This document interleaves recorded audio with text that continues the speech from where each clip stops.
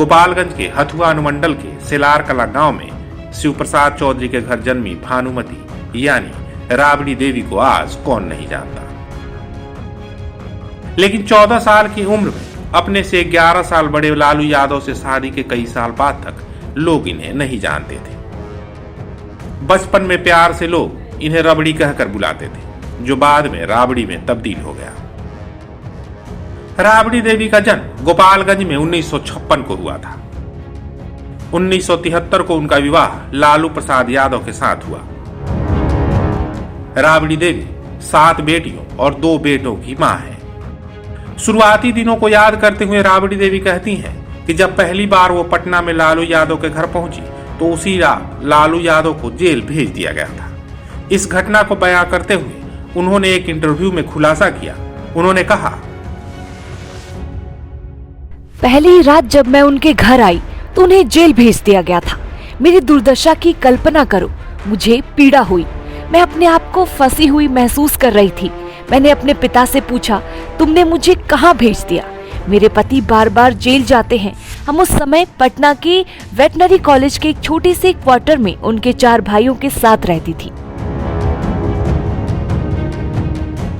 लेकिन 25 जुलाई 1997 को राबड़ी देवी की जिंदगी ने करवट बदली, जब राबड़ी देवी ने पहली बार बिहार के मुख्यमंत्री पद की शपथ ली।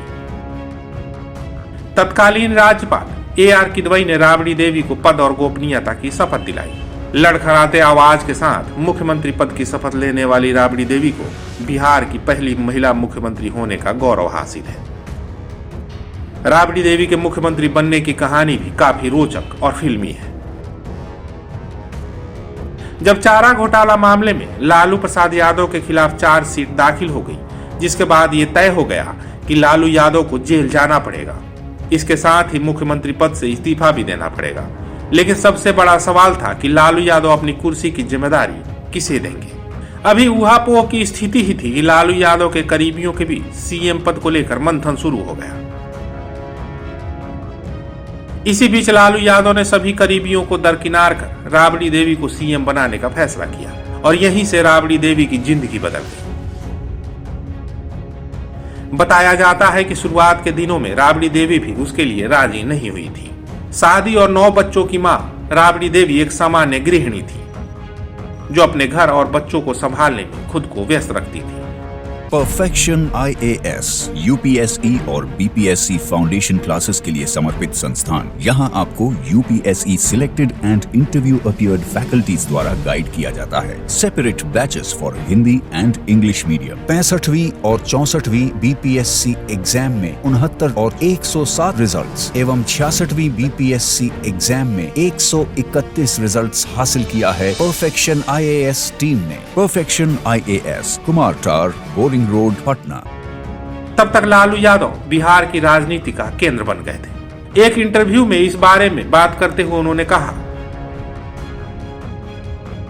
मैं कभी घर से बाहर नहीं गई। मैंने अपना घर और अपने बच्चों को संभाला। मुझे घर से बाहर जाने से नफरत थी। मेरी कभी बाहर जाने की इच्छा नहीं हुई। मेरे पति मुझे बाजार और शादियों में ले जाना चाहते थे, लेकिन मैंने हमेशा साथ जाने से मना कर दिया। यह एक मानसिकता है, यह मेरे स्वभाव में है। मेरा कोई करीबी नहीं है, मैं अकेले रहना पसंद करती हूँ। मुख्यमंत्री के रूप में पदभार संभालने से पहले राबड़ी देवी ने खुद को अपने घर तक ही समेट रखा था। बच्चों की देखभाल ही उनका काम था। लेकिन सियासत की अनिश्चितताओं ने राबड़ी देवी को एक घरेलू महिला से बिहार का मुखिया बना दिया था।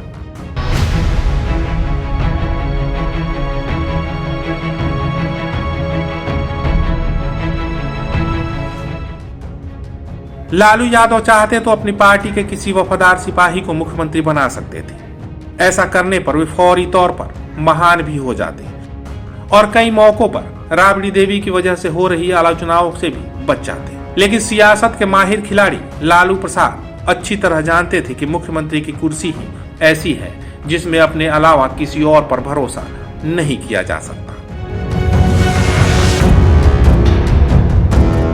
शुरुआत में राबड़ी देवी को नई जिम्मेदारियों के बीच एडजस्ट करने में काफी तकलीफ हुई। वे CM ऑफिस नहीं जाती थी, विधानसभा की कार्यवाही से भी बचती थी। लेकिन धीरे धीरे हालात ने उन्हें इन सब चीजों का अभ्यस्त बना दिया।